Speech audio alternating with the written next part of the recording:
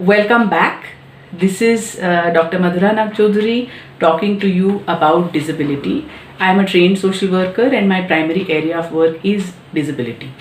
So, like I had mentioned last time, the whole debate around whether a disability is a medical issue or whether it is a social issue or whether it is both. Now I want to talk a little bit about how, what did the disability rights movement achieve. One of the biggest achievements I think of the disability rights movement has been is that the UN has brought in a special convention for rights of persons with disability. So it is known as the UNCRPD, or the UN Convention for the Rights of Persons with Disability, and that came in 2006.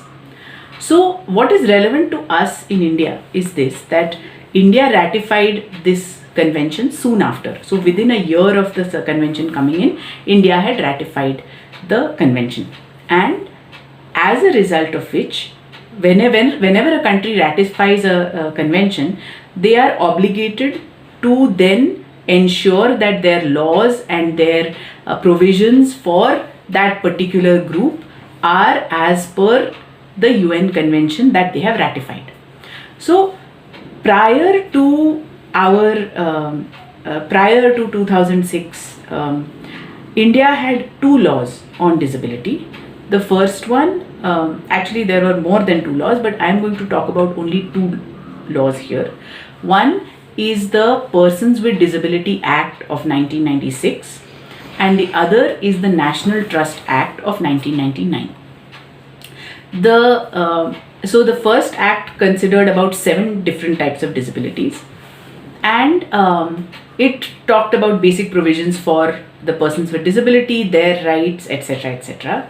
The National Trust Act was looking at persons with disability who needed greater care and protection across their lifespan. So for example, people who had multiple disabilities, people who had cerebral palsy, people who had intellectual impairments.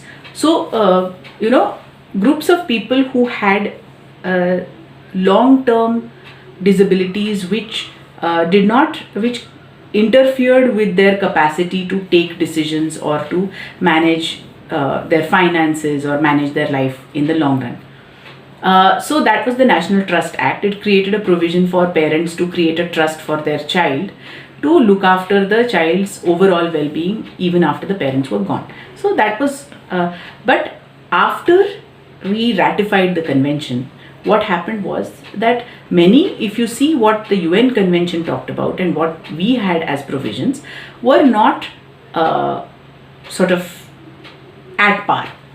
And so as a result, the discussion started across the country to revise the law. And so the beauty of the new law is that it had opinions and views of many people with disability. Many groups of people with disability got involved, and the consultations started from say 2009 onwards. And then the first bill came out maybe I think 2014 or something, 2012, 2014, and then it got revised further. Eventually, the New Rights of Persons with Disability Act came out in December 2016. And so what does the new act say? It says that there are 21 types of disability. It recognized various kinds of blood disorders which were not earlier counted. So for example, thalassemia, for example, sickle cell anemia, or Parkinson's disease, or multiple sclerosis. Now these kind of illnesses have had long-term disabling conditions for people. It has changed or limited their functioning in many ways, but they were not recognized as a disability by law. Acid attack survivors were also included. So there has been a widening of the definition of disability through this law. But what it does is that it created a term called benchmark disability. which means that if you have a disability which is more than 40%, your condition is more than 40% disabling, then you get counted as a person with benchmark disability. If you are a person with benchmark disability, then there are a lot more, or you actually come under all these quotas and all the reservations, whether in education or whether in livelihood related issues, whether it is in government jobs. So all of that, people became, that eligibility criteria is around this 40%. So typically people with disability have to go through a process by which they have to present a set of documents, they have to go to their civil hospital, they have to be examined by the surgeon there, and then the percentage of disability gets decided. Even now, for people with autism, for people with certain kinds of other disabilities, it is very difficult to classify whether they're 40% disabled or not. And how to measure this remains a very big issue even today. For a lot of the other newly recognized disabilities which are related to blood disorders, neurological blood disorders, again, what is benchmark is still getting decided.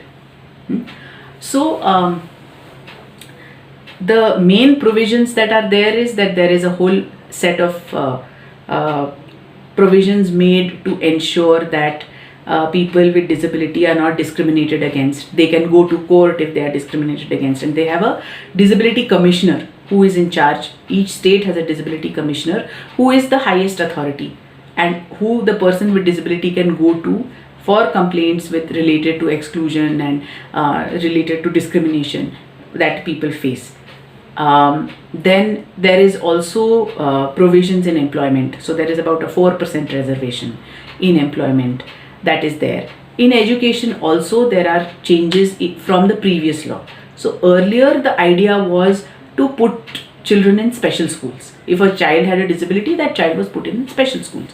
But with the arrival of the Right to Education Act of 2009, there was major changes, because the belief now is that every child should have the same kind of rights to learn and should be provided with opportunity to so the idea is to include all kinds of children when we provide education. So the focus has now become on inclusion. The RPWD Act provides for both to a very large extent. Special schooling is only to be provided to children in case where they can't, the child can't manage in a regular mainstream school. But largely all children should be included in the mainstream school. That's what the Right to Education Act says, and also the RPWD Act says. So there are provisions in common. Whatever provisions a person with disability has to access has to be done through what is termed as a disability certificate. So each person has to get certified as having a disability, what percentage of disability they have, and based on that certificate they can get provisions.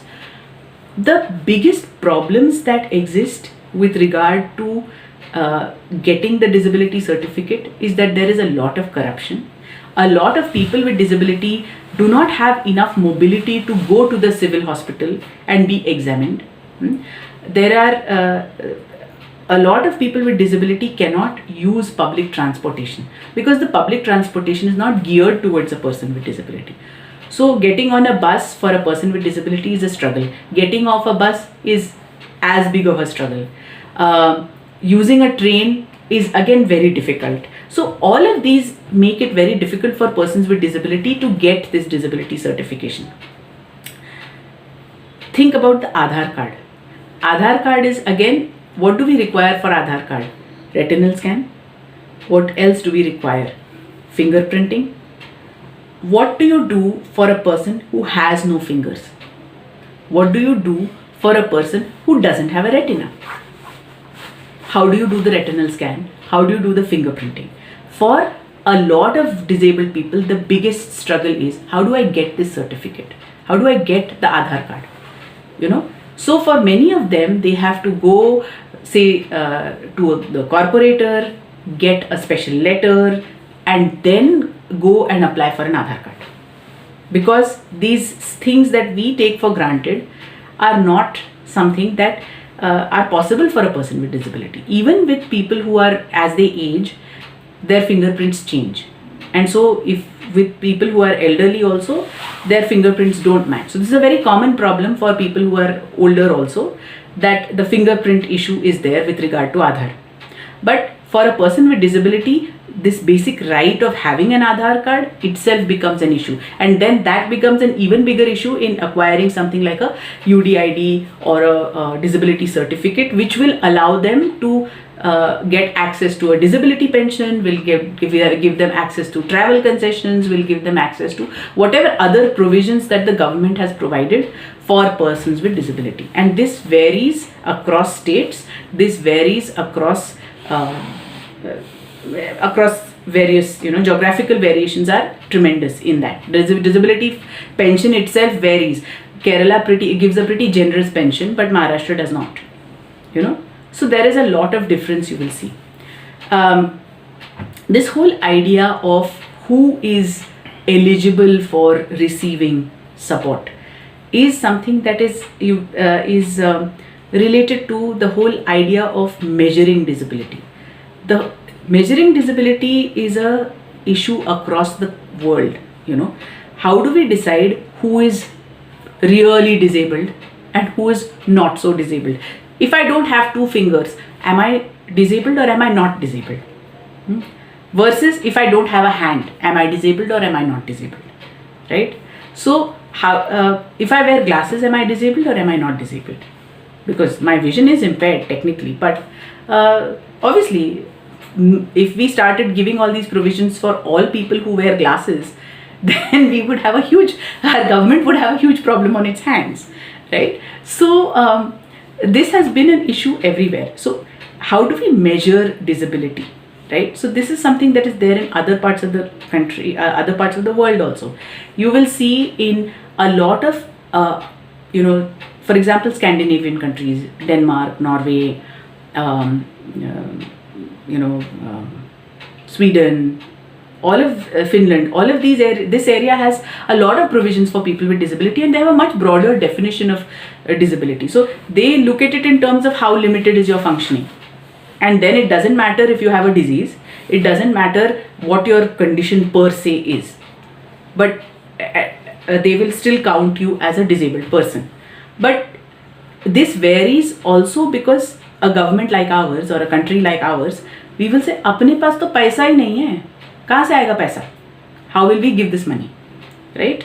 So that becomes a huge issue. And even when we craft the law or even when we create the law, this has been a major debate, saying कि भाई हम सारी buildings को accessible करेंगे, हम बोल सकते हैं या हम नहीं बोल सकते हैं, ये बेसिक है या ये लग्जरी है. वर्क प्लेस को हम कैसे फोर्स करेंगे कि वो it has to be accessible? To what extent should we say, to what extent should we not say? So there are all these debates that exist, and across the country, across the world, you will see huge differences in terms of this whole issue of disability. So mostly it's all about the money. And even today, if we this is something I want everybody to know, people with disability come under the Ministry of Social Justice and Empowerment, which is one of the poorest ministries there is.